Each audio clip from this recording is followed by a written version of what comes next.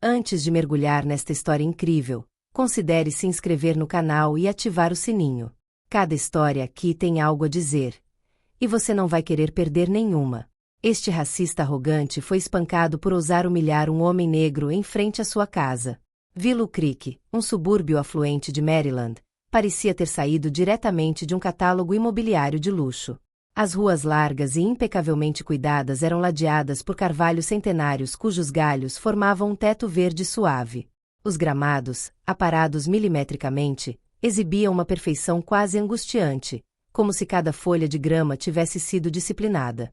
As casas, por sua vez, exibiam orgulhosamente uma estética uniforme, fachadas de tijolos claros, persianas brancas, bandeiras americanas tremulando suavemente ao vento. Esse cenário tranquilo exalava segurança e sucesso, mas também uma rígida conformidade. Foi nesse ambiente que ele viveu Marcus Bennett, um homem negro de 42 anos, discreto, refinado e profundamente culto. Designer de interiores de renome nacional, ele também lecionou por vários anos na Universidade Howard, uma prestigiosa instituição historicamente negra. Colaborou com museus e galerias e projetou para figuras públicas. Mas, além de sua brilhante carreira, Marcus era acima de tudo um pai dedicado, viúvo há 6 anos, que criava a filha sozinho. Amaya, uma jovem animada e curiosa, apaixonada por desenho. A casa deles, feita de pedra cinza, elegantemente desgastada pelo tempo, destacava-se ligeiramente da uniformidade do bairro. Era a única no bairro com uma varanda branca cercada por trepadeiras e um balanço pendurado em um grande bordo na lateral. Um detalhe encantador, mas que às vezes atraía olhares que Marcus sabia decifrar. Apesar de seus sucessos, ele sempre sentiu que não se encaixava completamente aos olhos de alguns. Isso nunca era dito em voz alta. Era nas pausas excessivamente longas quando se apresentava aos vizinhos, nas perguntas implícitas sobre como ele poderia ter comprado uma casa aqui ou nos olhares surpresos quando passeava com o cachorro pela manhã. Ele não estava reclamando. Aprenderá, como tantos outros homens negros em espaços predominantemente brancos, a usar o sucesso como uma armadura, a ser impecável, a manter a voz baixa, a sorrir com moderação, a antecipar suspeitas antes que se formassem. Marcus não esperava mais ser totalmente aceito. Exigia apenas respeito. No final da tarde de terça-feira, ele voltava de uma reunião com um cliente no centro de Washington. Usava um terno azul escuro bem cortado, sem gravata, e seus óculos escuros, pousados na cabeça, refletiam a luz que se esvaía. Estacionou seu silencioso Tesla preto na entrada da garagem. Olhou para a casa ao lado. Tudo parecia silencioso. Amaya estava na casa de um colega de classe, trabalhando em um projeto escolar. Sentia-se relaxado, pronto para preparar um jantar simples e desfrutar de uma noite tranquila. Mas quando ele saiu do carro, viu uma figura familiar na calçada. Karen Whitmore, uma mulher branca, esguia e bem vestida, de cerca de 55 anos, com cabelo loiro preso num coque apertado e uma atitude permanentemente controlada. Ela segurava uma caneca de cerâmica em uma das mãos, seu olhar penetrante examinando cada detalhe da paisagem, como se o bairro fosse um museu sob seus cuidados. Karen era conhecida por sua maneira passivo-agressiva de interagir com outros vizinhos. Cachorros que latiam muito alto, crianças que brincavam muito alto ou visitantes que estacionavam incorretamente já haviam sido alvo de seus comentários disfarçados de preocupações da comunidade. Mas com Marcus, seu tom nunca era disfarçado. Ele sentia sua hostilidade, aquela energia fria e desconfiada que ela nem se dava ao trabalho de disfarçar. Assim que o viu sair do carro, ela colocou a xícara no corrimão da varanda e atravessou lentamente o gramado até a calçada, com passos decididos. Com licença. Posso perguntar o que você está fazendo aqui? Esta área é exclusiva para moradores. Marcus se endireitou, ligeiramente surpreso com a franqueza da pergunta. Respondeu calma e deliberadamente. Eu moro aqui, senhora. Esta é a minha casa. Karen franziu a testa, como se aquela resposta não correspondesse ao que ela queria ouvir. Ela olhou rapidamente para o carro e depois para Marcus, como se estivesse procurando a falha. Então, tirou o celular do bolso de trás. Engraçado, porque eu nunca vi você aqui antes. Vou chamar a segurança. Você não pode ficar rondando a casa das pessoas desse jeito. Uma mistura de raiva e cansaço surgiu no peito de Marcus, mas ele a conteve. Respirou fundo e respondeu. Senhora, estou em casa. Tenho as chaves na mão e meus documentos no porta-luvas. Aconselho-a a não prosseguir. Esse tipo de acusação pode lhe custar caro. Mas Karen pareceu não ouvir. Ela pegou o celular e começou a filmar. Sim, olhe bem para ele. Ele está ficando agressivo agora.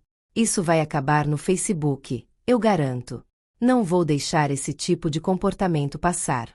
Eu conheço os meus direitos. Ela deu alguns passos para trás, segurando o celular como um escudo, convencida de que estava certa. Seus olhos brilhavam com superioridade, como se estivesse se alimentando daquela cena, daquele confronto. Marcos, parado na entrada da garagem, com as chaves da casa na mão, o paletó aberto sobre uma camisa impecável, sentiu uma profunda indignação. Mas não gritou. Não reagiu com a raiva que Karen parecia desejar. Em vez disso, ele calmamente pegou o telefone e discou um número. Tudo bem. Vamos ligar para alguém que sabe exatamente quem eu sou. 2 casas de distância, Ryan Mitchell acabará de fechar a porta da garagem, com o carrinho de bebê na mão e o filho dormindo em seu ombro.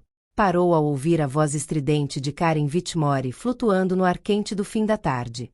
Quando virou a cabeça, viu a silhueta reta de Marcos, parado na entrada da garagem, e Karen, ameaçadora, com o telefone estendido no braço. Ryan franziu a testa.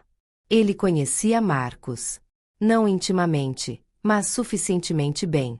Eles se cruzaram várias vezes em reuniões da associação de bairro, trocaram algumas palavras no parque ou na campanha anual de arrecadação de brinquedos para crianças carentes. Ele sabia que Marcos era um homem íntegro e equilibrado, que nunca buscava conflitos. Ele também sabia que Karen era, bem, zelosa. Ryan sentiu uma pontada de vergonha. Queria intervir, dizer alguma coisa, mas uma voz interior o impediu. E se as coisas saírem do controle? E se Karen virar o jogo contra ele? E se não for da conta dele? O dilema moral o paralisou. Colocou o filho no carrinho, com o olhar fixo na cena, como se estivesse congelado pela vergonha do próprio silêncio. Durante esse tempo, Karen, em meio a uma descarga de adrenalina, estava quase exultante. Sentia que a cena lhe escapava, que Marcos não se deixava intimidar, mas agarrou-se à sua autoridade imaginária como a uma tábua de salvação. Não vou deixar que pessoas como você envenenem o nosso meio ambiente, ela disse, seus lábios se curvando em um sorriso de superioridade. Talvez você tenha roubado aquele carro. Ou copiado a chave daquela casa. Quem sabe? Você é inteligente, tenho certeza. A voz dele havia baixado um pouco o tom, tornando-se mais ameaçadora, quase íntima. Havia um ódio antigo e arraigado em seus modos, um ódio que nem mesmo ela parecia compreender plenamente. Um silêncio glacial pairava sobre a rua. Só se ouvia o farfalhar suave das folhas nas árvores, como se a própria natureza estivesse prendendo a respiração. Marcos respirou fundo, com o maxilar cerrado. Virou-se lentamente em direção ao carro, abriu a porta e pegou o telefone. Descou um número, sem dizer nada, sem olhar para Karen. Poucos minutos depois, os primeiros vizinhos começaram a surgir em suas varandas. Alguns tinham visto tudo de suas janelas, outros estavam chegando, atraídos pela tensão no ar. Os olhares se voltaram para Karen, depois para Marcos. O murmúrio coletivo de um entendimento na vizinhança de que o momento da verdade estava próximo começou a se espalhar como uma onda silenciosa. Então, 10 minutos depois, uma viatura policial preta sem identificação entrou em Willow Creek. Sua presença, incomum naquele bairro silencioso, causou um arrepio de preocupação entre os moradores, agora reunidos a uma distância segura.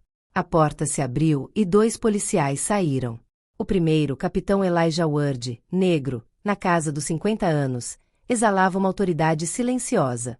Seu porte era ereto, suas feições marcadas, mas benevolentes.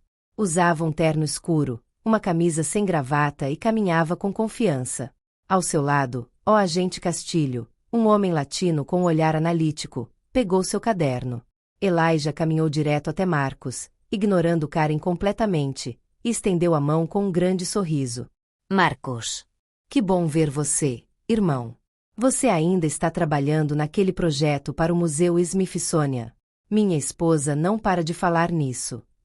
Karen culpa. O sangue pareceu sumir de seu rosto. Ela se virou bruscamente para os 2 policiais, apontando um dedo acusador para Marcos. Policial, é ele. Ele estava na frente daquela casa sem motivo. Ele me ameaçou quando tentei falar com ele. Você tem que verificar se ele está falando a verdade. Elias perdeu o sorriso imediatamente. Virou-se lentamente para ela, avaliando-a de cima a baixo. Madame Whitmore. Ele disse secamente. Conheço esse homem há mais de 20 anos. Ele lecionava na Universidade Howard. É um profissional respeitado e dono desta casa. E posso garantir que ele não roubou este carro nem copiou nenhuma chave. Karen deu um passo para trás, com o telefone ainda na mão, agora tremendo. Mas, eu só estava cumprindo meu dever. Ele estava agindo de forma suspeita. Eu estava defendendo a segurança da vizinhança. O agente Castilho, estoicamente, anotou tudo em seu caderno. Elias, ele cruzou os braços e continuou. O que você acabou de fazer é chamado de acusação infundada, baseada em estereótipos raciais. Podemos acusá-lo de assédio racial e de prestar falso testemunho à polícia. Mas, eu não queria. Vou lhe dar uma chance, senhora Whitmore. Peça desculpas. Sinceramente. Karen olhou para o chão. Sentiu os olhares pesados sobre ela, os dos vizinhos que, até então, talvez tivessem feito vista grossa, mas que agora testemunhavam sua humilhação pública. Sua voz embargou. Eu sinto muito. Marcos olhou para ela impassivelmente. Ele havia sonhado com um momento como este, quando a verdade viria à tona sem que ele tivesse que se curvar. Ele assentiu lentamente e respondeu, em um tom calmo, mas firme. Guarde suas desculpas. Não é a primeira vez, e provavelmente não será a última. Mas, desta vez, vou mais longe. Ele se virou para o agente Castilho. Gostaria de registrar uma queixa formal por assédio racial. No silêncio que se seguiu, até Ryan Mitchell se aproximou, visivelmente chateado, e disse com voz hesitante. Marcos, me desculpe por não ter intervindo antes. Eu te apoio. E não sou o único. Um murmúrio de concordância percorreu o pequeno grupo de vizinhos reunidos. O medo havia mudado de lado. Na manhã seguinte, Marcos chega calmamente à delegacia distrital para registrar uma queixa formal contra Karen Whitmore por assédio racial e falsa declaração. A recepção é profissional, mas tensa. Alguns policiais parecem constrangidos ao vê-lo ali, outros o cumprimentam respeitosamente. Elijah Ward já está lá, pronto para depor. Ao seu lado, Ryan Mitchell, visivelmente emocionado, segura nas mãos um pendrive contendo o vídeo da cena, discretamente filmado de sua varanda. As palavras de Karen, sua postura acusatória e a intervenção calma, mas decisiva, do capitão Ward são claramente ouvidas. O vídeo, transmitido à polícia e também a um jornalista local, fez sucesso nas redes sociais em poucas horas. O rosto de Marcos, calmo e digno, diante de uma acusação absurda, torna-se uma imagem simbólica. À tarde, um repórter do canal WBNL chega em frente à casa de Marcos, acompanhado por uma pequena equipe. Sob o sol do fim do verão, cercado por vizinhos agora silenciosos, mas atentos, Marcos concede uma entrevista emocionante em seu gramado, em frente à sua varanda. Não estou em busca de vingança. Estou em busca de reconhecimento. O reconhecimento da minha dignidade, o reconhecimento do nosso direito de existir, de pertencer a esses espaços sem sermos constantemente questionados. As imagens, transmitidas naquela mesma noite, provocaram uma onda de choque nacional. Outros relatos estão surgindo. Homens e mulheres negros em bairros residenciais nos Estados Unidos estão relatando experiências semelhantes. Olhares suspeitos, paradas injustificadas, comentários racistas velados. Uma semana depois, Marcos anuncia a criação de uma fundação chamada Direito de Pertencer. A organização tem como objetivos prestar apoio jurídico às vítimas de assédio racista em áreas residenciais, organizar oficinas de conscientização para associações de bairro, escolas e comitês vizinhança, criar espaços de diálogo entre comunidades para desconstruir preconceitos, arremessou programas educacionais na história, migrações, direitos civis e construções raciais. As doações chegaram desde os primeiros dias. Acadêmicos, artistas, veteranos e famílias comuns ofereceram seu apoio. Marcos se recusou a ser tratado como vítima. Ele se apresentou como um construtor do futuro. A Maya, sua filha adolescente, o ajuda a criar o logotipo da fundação, duas mãos entrelaçadas formando a silhueta de uma casa. Durante esse tempo, Karen Whitmore sofre uma queda brutal em público. O vídeo não mente, e as palavras que ela proferiu repercutem duramente na opinião pública. O Conselho do Bairro está organizando uma sessão excepcional. Ela é uma delas. Excluídos por unanimidade, seus amigos do tênis não respondem mais às suas mensagens. O grupo privado do bairro no Facebook a remove sem explicação. Cartas anônimas, às vezes odiosas, às vezes simplesmente desaprovadoras, acumulam-se em sua caixa de correio. Em uma entrevista para um canal local algumas semanas depois, Karen tentou se defender. Eu só queria proteger meu bairro. Reagi como qualquer um faria. Mas suas palavras soam vazias. 6 meses depois, ela vende sua casa em total anonimato e deixa o bairro sem nem mesmo se despedir. Um ano depois, o sol brilha em uma grande praça inaugural no coração do bairro, onde um terreno baldio e abandonado serviu como armazém. Uma grande multidão se reuniu para testemunhar a inauguração do Centro Comunitário Harold Green, nomeado em homenagem ao pai de Marcus, um condecorado veterano da Guerra da Coreia, carpinteiro e homem de princípios, que o ensinou a andar de cabeça erguida, não importa o que aconteça. O edifício moderno e iluminado, decorado com afrescos pintados por artistas locais, agora abriga um sala multiuso para as oficinas da fundação, biblioteca dedicado às lutas por direitos civis e espaço de mediação cidadã, e uma estúdio digital para os jovens de vizinhança. No pódio, diante de uma plateia atenta, Marcus fala. Ele respira fundo, olha ao redor, para as crianças brincando, os mais velhos sorrindo, os jornalistas gravando, e então encara Maya, sentada na primeira fila, que lhe dá uma piscadela orgulhosa. O que me aconteceu naquele dia não foi um acidente. Foi o produto de um sistema acostumado demais a julgar antes de saber, a excluir antes de compreender. Mas sabe de uma coisa? O que você faz com a injustiça importa mais do que o que a injustiça faz com você. Você pode escolher se curvar ou construir. Eu escolho construir. Aplausos estrondosos irrompem.